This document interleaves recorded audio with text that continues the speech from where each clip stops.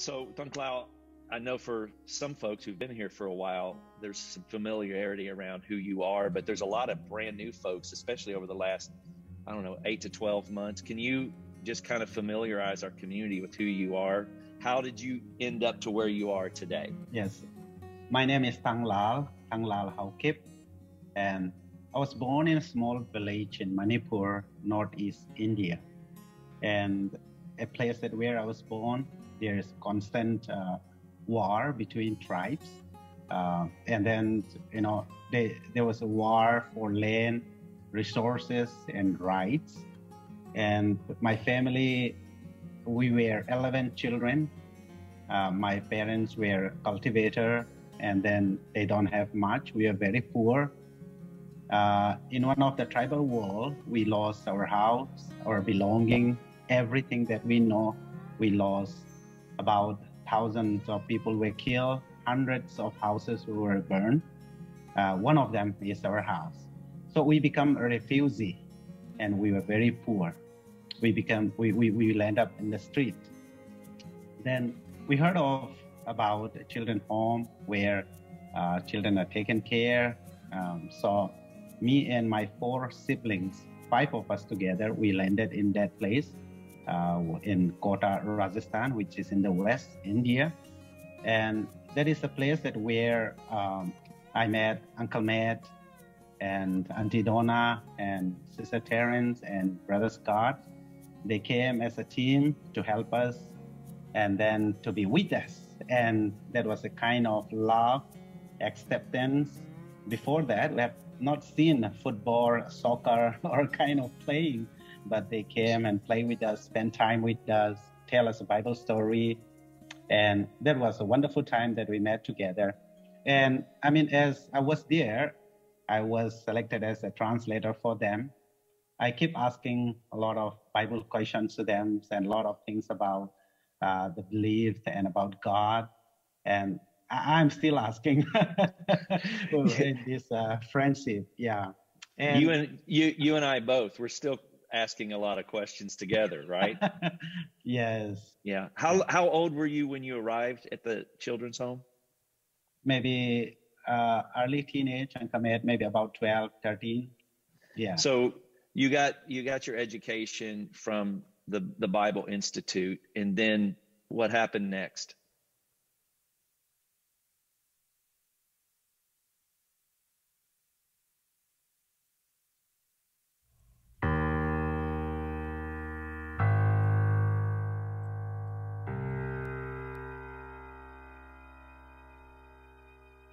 As I was studying there, then I met a beautiful girl, and which later on become my wife. That is Angam. But she belongs to my enemy tribes in Manipur, because the tribe that keep fighting with each other, burning each other houses and killing each other. So my wife happened to be in my tribe's enemy. So we approached our parents, and in both sides, they were not agree. So they make us wait to negotiate for 7 years. So I have been waiting for that with a great difficulty, but the Lord was working in her side, in our side, and then finally we got married. And then we came to Guwahati, a place called Guwahati in the Northeast, one of the central in the Northeast, one of the largest city in the Northeast. Where we started the church in 2007, and we started in one of the rented house that we have taken. So with great difficulties in that small house, we begin this church. And I've been pastoring for the last about 14, 15 years there. And we are serving the Lord. Now the Lord blessed us with another 2 more churches, sister churches, which I planted. And now we are in 3 communities, 3 churches. And I am the senior pastor of all those churches. Where did you and Angam meet? Did you meet at the Bible Institute, or how did that happen? Yes, in the Bible Institute and in the Bible College. So she had come from Manipur, but a different region because it was a different tribe. Yes. And you fell in love, and you had to wait 7 years to get married. Is that correct? Yes, and exactly. And that was just to honor your family's wishes or to work through the difficulty of being in rival tribes? Is that like, why the 7-year period? The thing is that their tribes burn our houses, their tribes kill our people, and they say the same thing. My tribes do the same thing to them. And that is one of the reasons that though they are Christian, we are Christian as well, but still then they were not willing to accept each other. But after we got married, I think that is the plan of the Lord, that because of our marriage, their village and our village become friends. Now our people from our village can go to their village. Nobody can harm them because of us. Their people from their village come to our village, which is a big risk. But because of our marriage, then they are considered as our guests. So this kind of a peace and reconciliation come between two villages, and it become bigger and bigger. And in few stories that I have told earlier, that how we become a reconciliation and a peace when people were kidnapped, they were about to kill, but because of my wife talking to my brothers, to the tribe leaders, and then we rescue 9 of them. Oh my goodness. Are you familiar with the story of Romeo and Juliet? Yeah, we heard, but not details about it very much, but we heard about now. Yeah. Well, it's the story of 2 people who fall in love from 2 different kingdoms that hate each other. And, it's a tragedy because in the end, the 2 lovers or the 2 people end up taking their own life, and then the tribes come together. Thank God that that's not how this story ends up, right? Like, and we are still alive. There's a better way to do that, right? Yeah, a better way to do that. Shakespeare will have to write a better love story. Shakespeare doesn't have anything over you. I'll just say that.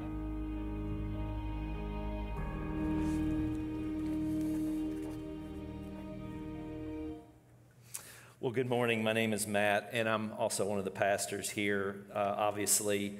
And for the record, Thanglal is watching live this morning on Facebook from India. He and his family. Could we just give him a round of applause as a way of welcoming him into this space? We are in week 3 of this series, where we're trying to introduce and become more aware of what these justice partnerships represent. And you've already had a chance to meet Thanglal, his family, Ungam, their 3 kids, Priscilla, John, and Faith. And this morning's a little unique, for obvious reasons at one level, because Thanglal can't physically join us here because of being an international partner. But it's also unique in that the way that you're going to hear about this is through some recorded conversations between he and I, and how this partnership has been mutually impactful to one another. And I want to get down into the sort of the weeds of that.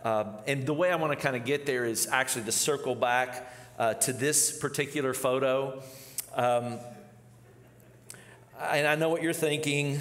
You're thinking, where or when have fanny packs ever been a thing? I just want to go ahead and name that reality. And I'd like to tell you that in 1998 in India, they were all the rage. But that would be violating some sense of authenticity or transparency. And, I've shown this photograph before, and I don't know what's worse, like the fact that I'm wearing a fanny pack or that I'm wearing it with like swag. It's like unapologetic. Every picture from India seems to have this, and I'm going to have hopefully great-grandchildren someday that will be like, Grandpa was so awesome, but there's this thing that keeps popping up in some photos. What's up with the fanny pack? So, but this photograph is meaningful. It marks something significant that I think is important to point to, not just in our story with Thanglal, but our stories with all of these partnerships, and that is that relationship really is core in how we're trying to move through how we align ourselves or come alongside of other organizations or people. In the first weekend, you heard from activist and spiritual director Tommy Allgood, whose emerging work around curating radical communities it's not just impacting Watershed, but it's also impacting other communities and organizations beyond Watershed in the work that he does. And he's been a part of us for nearly a decade. Launchpad that you heard from last weekend equips and empowers new and existing church leaders to cultivate more just, generous, affirming, and inclusive faith communities like Watershed. But Launchpad is born really out of relationship, or our partnership is born out of a relationship that started a little over 4 years ago and has been evolving. It really started in Denver, Colorado, when myself and Scott and David Roberts attended a roundtable discussion in the city of Denver with about 30 or 40 church organizers, church leaders. We had no idea that there were other churches out there that were similar to our church here at Watershed, or who were interested in helping create these environments or helping other pastors or community of faiths have transitions into being more inclusive, more open, more affirming.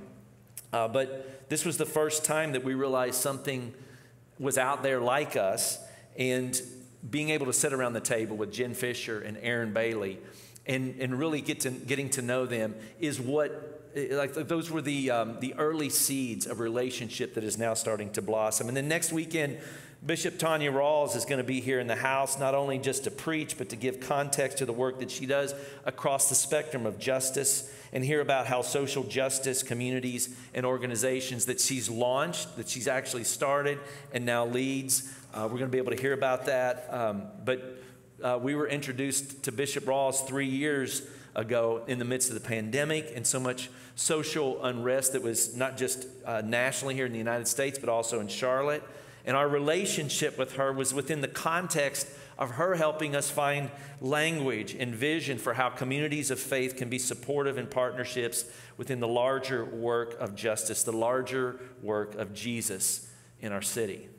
And this might be worth mentioning too. And really early on, when our two families moved here back in 2005, if it weren't for the collaboration in the partnership and the work of just a handful of churches who recognized what we were trying to do and said, we want to come alongside of you with our resources, with mentoring, with coaching, with networking, with interning.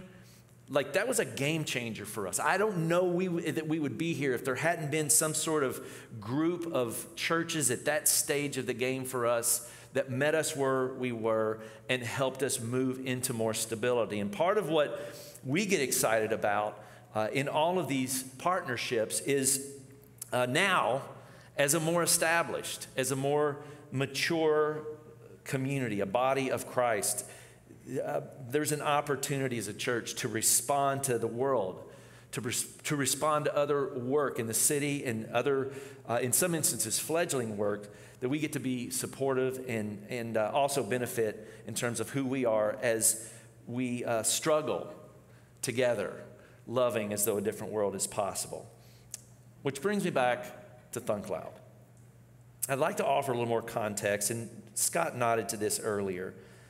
This relationship is long and it runs deep. It has very deep currents. Thanglal mentioned how in Bible college in 1998 was the year he became a translator. Between 98 and 2000, over the course of about 13 months over those 2 years, our two families, along with several other Americans, spent time at this children's home where Thanglal originally lived, and then also worked in conjunction with this Bible college where he attended. And we were a bunch of really ignorant, evangelical, conservative Christians kind of gallivanting around his country, convinced we were saving the world, convinced we were saving people from hell, convinced we had some sort of special insight from God on just about everything, to be transparent. I almost like want to throw up in my mouth hearing myself say that. And there's been a lot of work that has gone into in this community of disentangling ourselves from past expressions that at times were incredibly beautiful and generous, and then also really misguided and harmful. And I know for some of you, like, part of why you're in this space is because either you've had some experience of being harmed by some of these misguided notions, or maybe you feel like maybe you've even been complicit. But to be more specific, when we were there, and this still exists today, there were these cultural, social, and political dynamics that really made it dangerous and difficult to even call yourself, quote, Christian in India. It's still true today, even after 2 decades. And at age 19, Thanglal, along with 2 or 3 other men, boys, women, girls,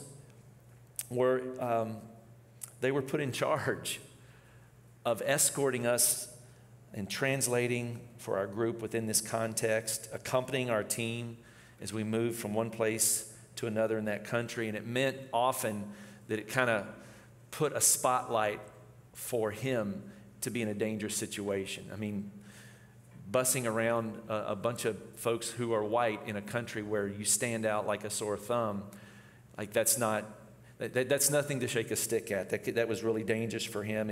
And it was dangerous for us. And on more than one occasion, there were these experiences or situations where he literally rescued us from great harm, often saved our life. And so it didn't take us long to realize that we were entrusting him with our lives. And so in 2007, when he called and he said, I want to start a church, I mean, we couldn't say yes fast enough. We want to be a part of this. We want to be in partnership and walk alongside of you. And again, that's the relational context and the reality that I think is important to name, because within it is anchored all of these other things. It's anchored to supporting him to launch a spiritual community, other churches. It anchors us to the after-school and tutoring and mentoring programs for kids that his church started several years leading up to the pandemic for his undocumented Muslim neighbors that he serves.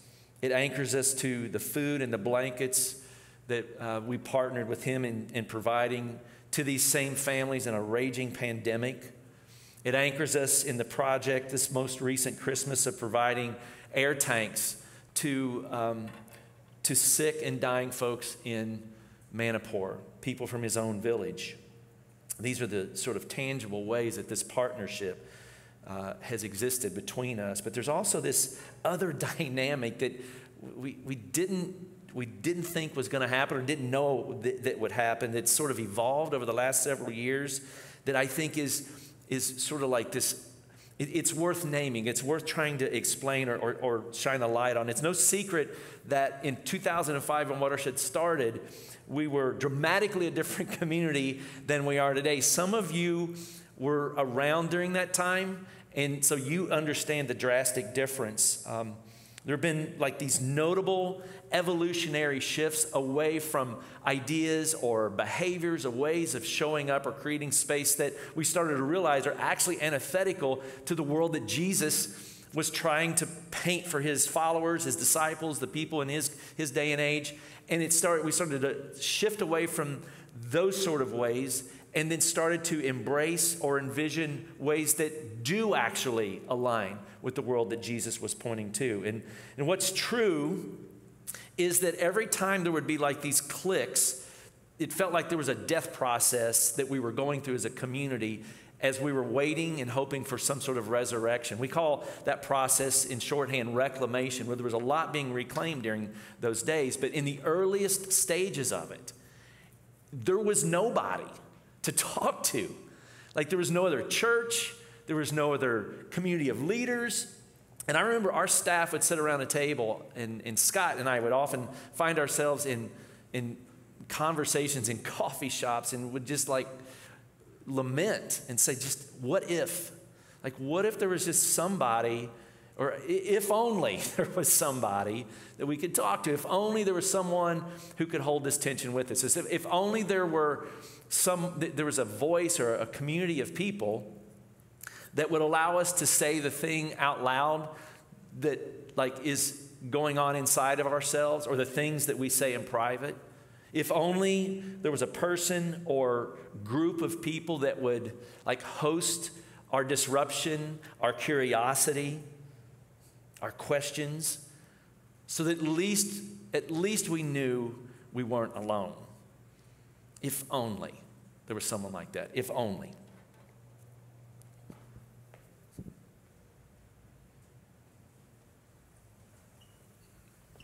You've shown up in spaces like Reclamation, Preface.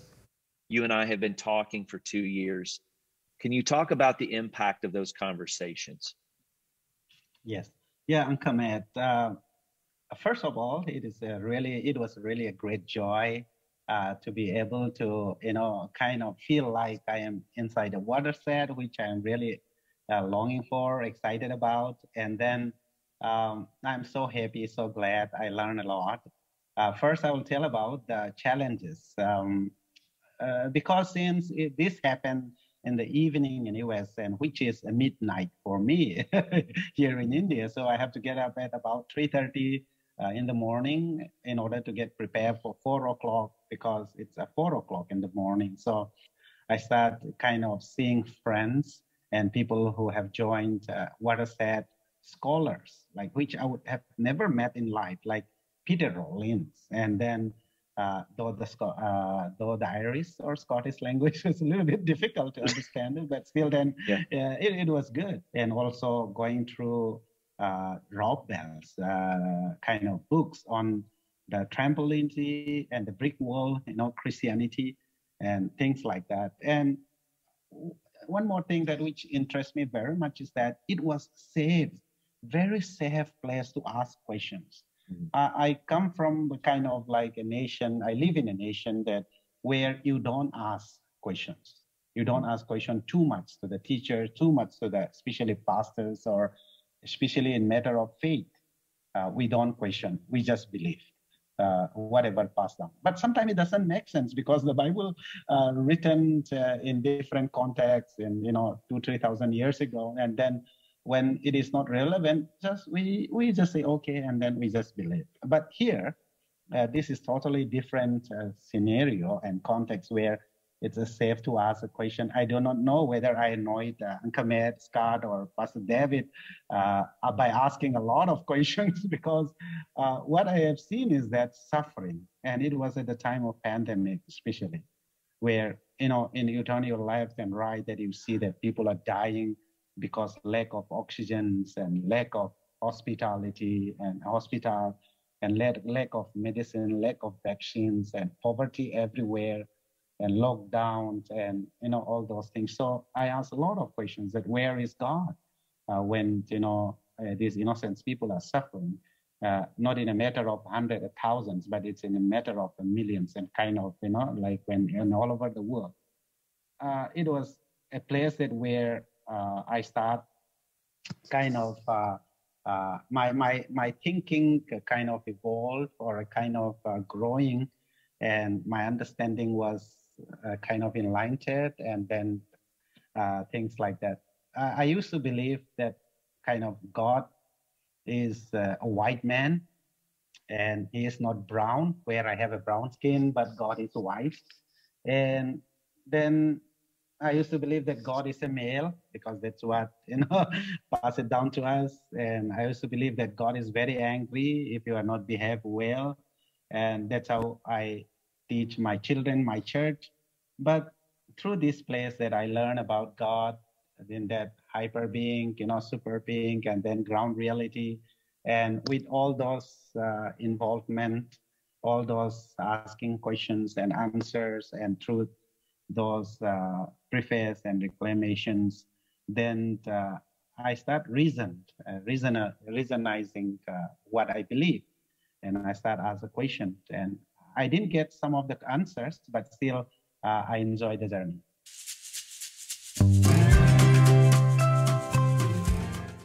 All right, so we're gonna try to shoot from the hip. Do you know what that means? No. Yeah. We are going to freestyle it. Do you know what that means? Okay. Yeah, you understand that?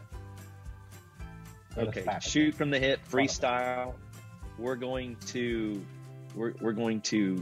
wing it. All right, here just a little bit. Does that make sense?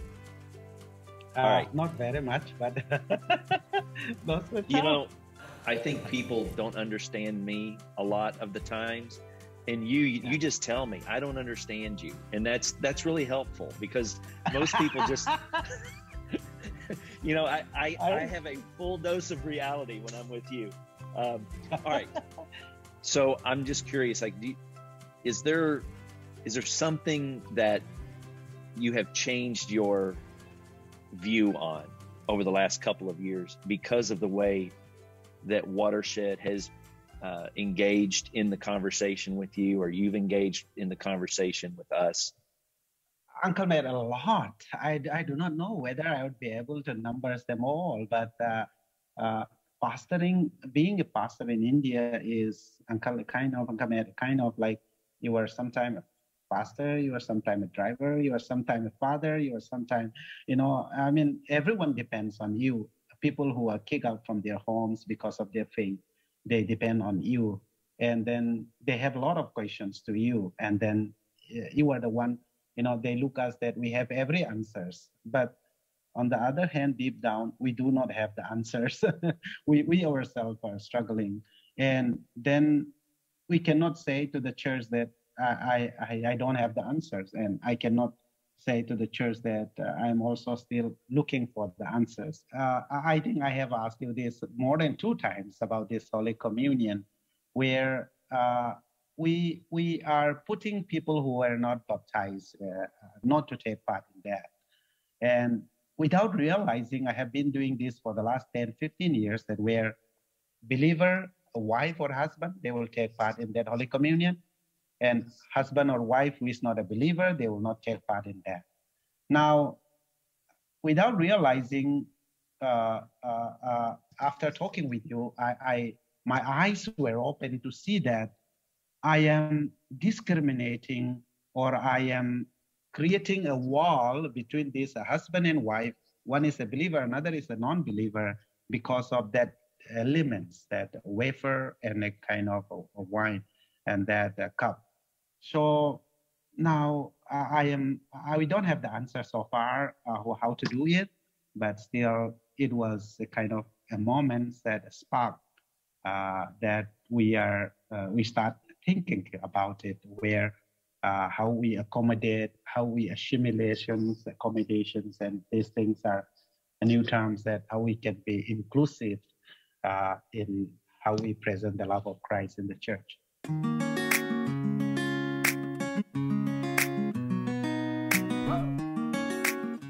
I think one of the reasons we resonate with each other so much is we are tortured by the idea that somebody would be left out. That just doesn't feel like good news. The gospel that which is preached in my country even today is that hell is kind of the central of the message, that we scare people. We scare people, if you don't believe in Jesus, you will go to be burned in the hellfire. So I was just holding that very, very firmly, very strongly. But after talking with you and getting a very good explanations about where the terms and terminologies about Gehenna, where a literal place in Jesus' times, that where Jesus was talking about, and I think even you mentioned one time, so we talk about that where it's how about the systems, and then that which is kind of oppressing people, which is kind of like in my country, it's a casteism, that where the high caste dominates. Like then I am not even a low caste, a high caste, a low caste, and then no caste. So I become from a tribal community where I have no caste. No caste means even not counting at all. Now I pastor a church that where there are high caste, there are middle caste, there are low caste people, and I am a person who don't have even a caste, and I am a pastor. Now, again, very close to what we were asking in the first questions, like a lot of challenges that I have gone through that was in my mind, but after talking with you, then I realized that that is the systems that which is evil, that need to be thrown to hellfire. So that was the kind of a turning moment. I said that, oh, I got a new gospel. I got a new thing now. And now, I'm born again.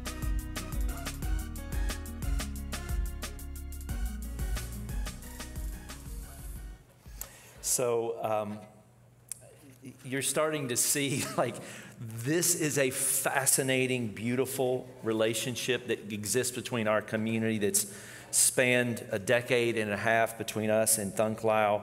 And I want to just spend this last 2 or 3 minutes connecting a couple of dots, and then also inviting us into something as a community that we've been talking about for the last several weeks. I think part of what makes this partnership so profound and so unique is that, first of all, it models the sort of community that we long to create, like the relationship that actually exists as Thanglal is now. I mean, Thanglal considers himself sort of a part of this community, and we've started to consider that in a very real way over the last 4 years. But this partnership also is planting seeds in a part of the world where hopefully there's more hopeful, safe spaces that have a chance to emerge and grow. And it's fighting uphill against forces and realities that are so much heavier than even what we're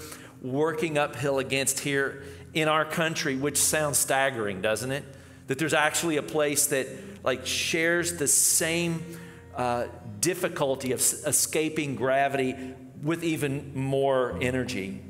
It also supports and stands in solidarity with a family and within communities who sit at the most marginalized places on this planet. I mean, you heard him describing, I don't even count in the system where there is actually a lowest group. I'm so disregarded, and the people that I work with, my Muslim brothers and sisters, are right there. You want to know why he's able to connect to those people? It's because he knows what it's like to walk that path. And so this partnership, every partnership we have is so beautiful. But it was about 8 weeks ago that I came before our community, that our staff had sat with the idea of saying, look, this family has for 15 years bounced from one housing situation to another. They've been at the mercy of landlords, evictions, poor living conditions. I mean, you saw the imagery of these 3 beautiful kids in this, what amounts to a 2-room barn with a tin roof and tin walls in 100+ degree weather. They need to be safe. They need to have stability because of the work that they're doing, and allowing them to be able to at least have their feet underneath of them. And you understand, like, the association with property and the system they're in. Part of why you're in the lowest caste is because you don't own property. And so to be able to like thumb our nose at that system alongside of him, and to be able to come in and say, look, we're going to walk alongside you in this way, shape, and size, is a form of resistance. And so I want to invite you. It takes $17,000 for this family to have a home, to buy property, to have bedrooms, electricity, internet, beds, walls, privacy, restrooms, air conditioning. $17,000 for that. And last weekend I stood up and said, there's a family here at Watershed who has said, look, we will match dollar for dollar to the finish line of this project. I said that last weekend. At that time, only about $1,200 had been given. Within a matter of a couple of hours, that number jumped to about $5,200. And so let me kind of spell it out for you. Right now, we've got about almost $5,600 after matching. That's a total of about $11,000. All we need is just under $3,000 more given dollars, and we land it. And Thanglal, I know you're watching. I checked in. You're bantering with our online community this morning, I want you to know this is going to happen. We've got one more week till this series is over. I would love to be able to stand up next weekend, or someone from Watershed stand up and say, well done, we finished the task. But if you're willing to be a part of this morning, if you're willing to take an honest inventory of areas that maybe you could scale back and go, all right, for the next week or this morning or the next month or next year, I'm going to set this thing aside that I wanted or thought I needed because this family needs my help. There's a QR code that you can access that with. I want to give you a few moments to just kind of reflect. God, thank you for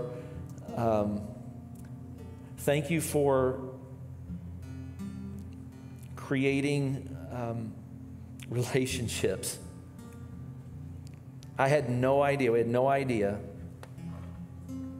2.5 decades ago that this 19-year-old kid would have such an impact, not just in this world, but with our community.